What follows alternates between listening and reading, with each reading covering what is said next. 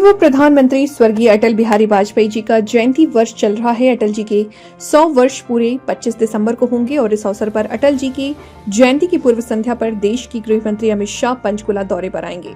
पंचकुला में अटल बिहारी वाजपेयी जी की प्रतिमा का अनावरण अमित शाह करेंगे। इसके साथ ही एक रक्तदान शिविर का उद्घाटन भी अमित शाह करेंगे। सीएम ने कहा 24 दिसंबर को अमित शाह के कई कार्यक्रम पंचकुला में रहेंगे। 5000 पुलिस के जवानों की पासिंग आउट परेड कार्यक्रम में भी अमित शाह शिरकत करेंगे। 25 दिसंबर को अटल जी की जयंती है और 26 को वीर बाल दिवस। वीर बाल दिवस के अवसर पर अमित शाह का एक अलग कार्यक्रम पंचकुला में रहेगा। सीएम ने कहा कि अटल पार्क में आज मैंने अमित शाह के कार्यक्रमों को लेकर के निरीक्षण किया है और व्यवस्थाओं को देखा। सीएम ने कहा कि इस अटल पार्क में अटल बिहारी वाजपेयी की मूर्ति 37 फीट की है और फाउंडेशन स्टोन के मिलाकर के 41 फीट की प्रतिमा का होगा तैयारी। कांग्रेस के पास 4 पीढ़ियों का समय था और जिसमें उन्होंने देश में काम किया। कांग्रेस 4 पीढ़ियों की उपलब्धियां बताने के बजाय वोट चोरी के मामले में दुष्प्रचार करके देश को गुमराह कर रही है। देश की संवैधानिक संस्थाओं कमजोर करने वाली बात कांग्रेस पार्टी के नेता राहुल गांधी कर रहे हैं। कांग्रेस जिस तरह से मुद्दे लेकर के चल रही है उससे उन्हें आने वाले 20, 30 और 50 साल में उनका दीपक नहीं जलेगा। कांग्रेस पार्टी जिस तरह से मुद्दे लेकर आ रही है देश के लोग उसे समझ रहे हैं। कांग्रेस वोट चोरी को लेकर के रैली निकाल रही है, ये भ्रामक प्रचार कर रही है। मोदी जी ने गरीब व्यक्ति का आयुष्मान कार्ड दिया। अगर ये मुद्दा है तो कांग्रेस पार्टी इस बात करे, इनकी कमी बताए। राहुल गांधी ने सदन में गृह मंत्री अमित शाह को चैलेंज किया, लेकिन फिर लोकसभा छोड़कर राहुल गांधी भाग गए।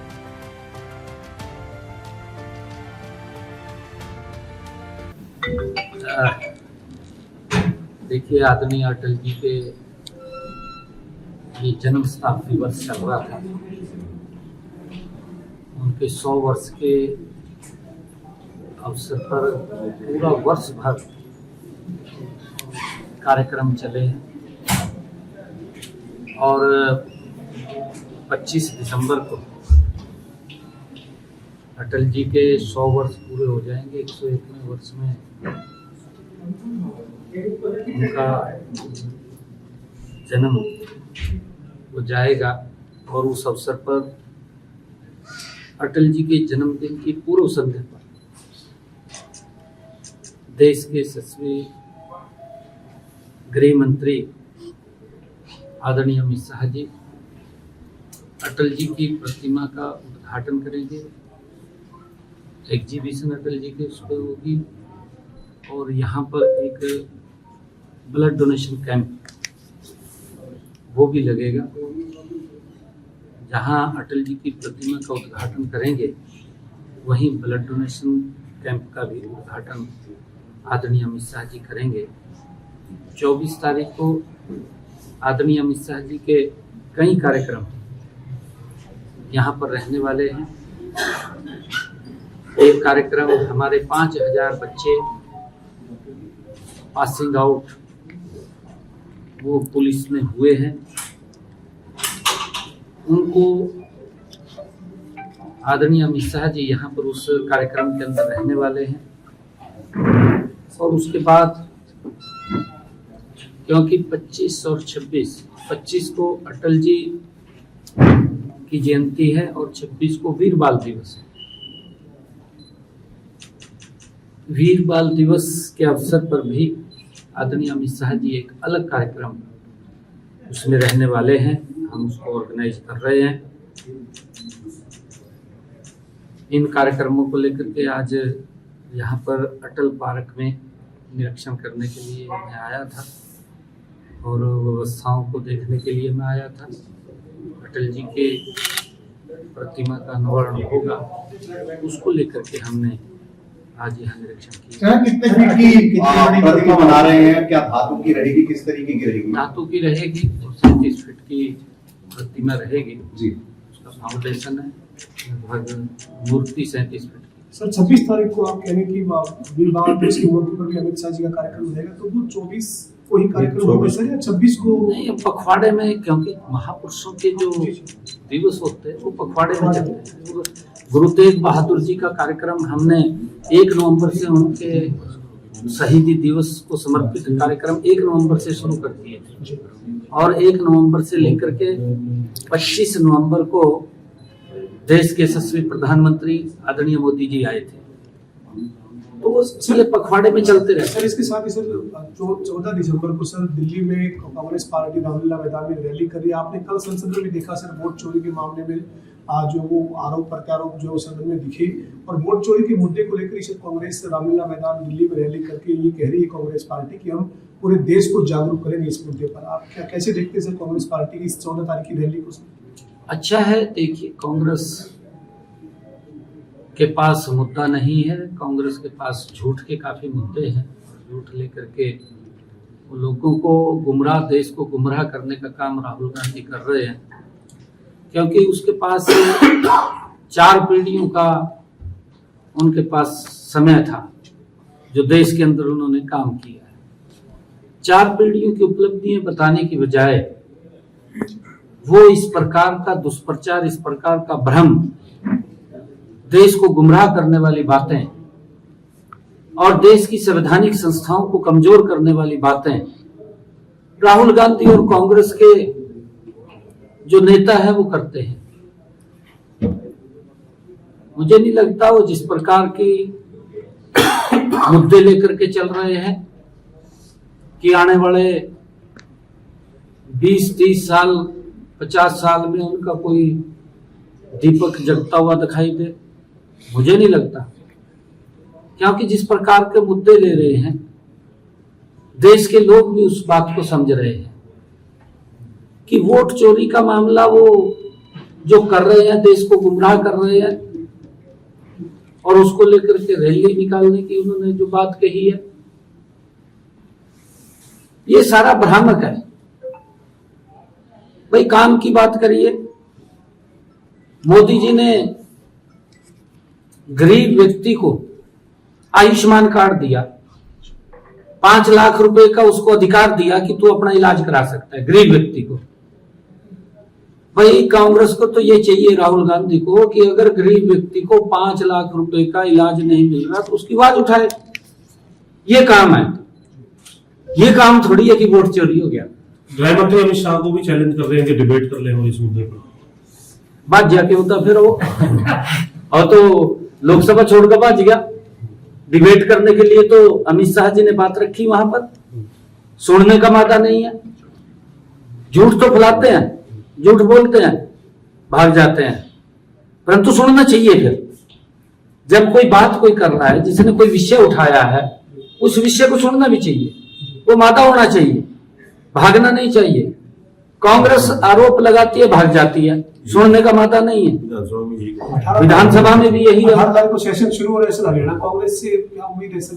हुड्डा साहब स्पेशल सेशन मांग रहे थे इसी मामले पर। शीतकालीन सत्र आ गया है, आई तो 70 आ गया, कहते हैं इसमें कर लिए। मुख्यमंत्री जी, प्रदेश में कई लोगों की सिक्योरिटी विड्रॉ की गई। दिग्विजय चौटाला कह रहे हैं कि हमें टारगेट करके सरकार कर रही है, और कह रहे जुलाना रैली से डीजीपी को भी निशाने पर लिया सर उन्होंने। जुलाना में जो रैली हुई उससे घबरा गई बीजेपी। भाई देख, मेरे को तो इसके बारे में मालूम नहीं है कि जो वो सिक्योरिटी की बात है, क्योंकि हमने पुलिस को इस बात के लिए हिदायत दी हुई है कि हर व्यक्ति की रक्षा सुरक्षा करना ये हमारी पुलिस का काम है, और मजबूती से कर रही है।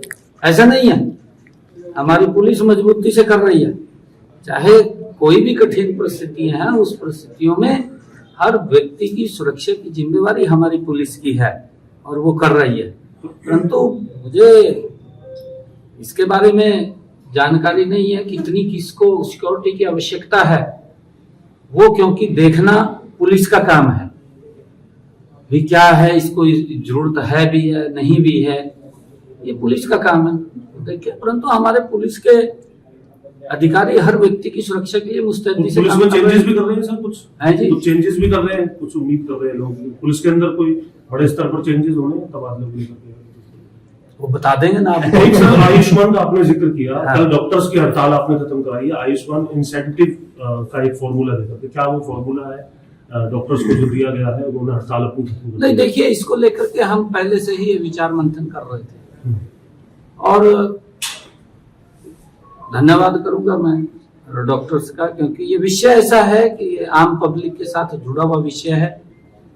हम एक समय की खाना तो छोड़ सकते हैं, परंतु किसी व्यक्ति को अगर दिक्कत हो उसके इलाज के लिए पीछे नहीं हट सकते। ये मामला ये हार्ट को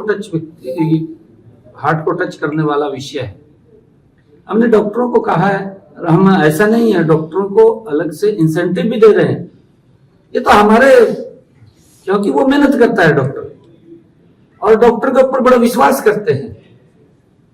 अगर उनकी कोई बात होती है हम सुनते हैं, उसको ध्यान से सुनते हैं, और अगर वो बात भी नहीं करते हम तब भी विचार करते रहते हैं, क्योंकि डॉक्टरों का भी एक बड़ा इसके अंदर विषय है और डॉक्टर बड़ी मेहनत से करते हैं। अभी पिछले दिनों हमने एक निर्णय ले लिया, हरियाणा के अंदर भी जितनी भी सर्जरी हैं उसको जीरो कर दो, निर्णय लिया। हमारे डॉक्टर ही तो थे, मेहनत करते रहे और जीरो कर दी। पूरे प्रदेश के अंदर एक अभियान चलाया, जितनी भी प्रेगनेंसी सर्जरी की थी वो सारी जीरो की है, क्योंकि मेहनत कर रहे हैं, ऐसा नहीं है, मेहनत कर रहे हैं। और उनको मेहनत के लिए उनको दिक्कत या समस्या ना हो, उसका समाधान हम करते हैं ना, समाधान बैठ करके, ऐसा नहीं है।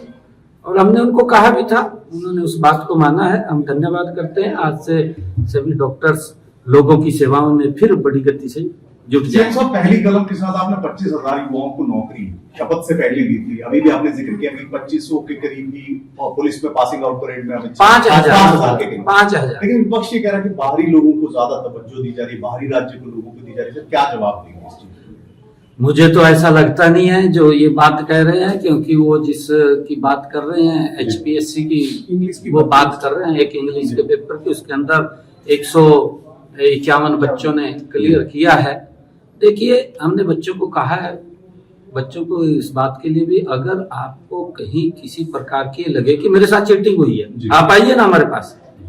अगर चीटिंग हुई है तो हम उसको तुरंत कार्रवाई भी करेंगे और दुरुस्त भी करेंगे, परंतु किसी के साथ कोई चीटिंग किसी प्रकार की नहीं है। हमारी सरकार का बिना पर्ची बिना खर्ची के स्टैंड है और इस स्टैंड को निरंतर हम आगे बढ़ा रहे हैं, ताकि गरीब परिवार का बच्चा भी, जिसके पास सिफारिश नहीं होती थी और जिसकी सिफारिश के लिए वो घूमता रहता था, कभी किसी के पास जाता था, कभी किसी के पास जाता था, उसका बच्चा नहीं लगता था क्योंकि सिफारिश नहीं होती थी। वोट तो देता था वो, पर सिफारिश नहीं होती थी।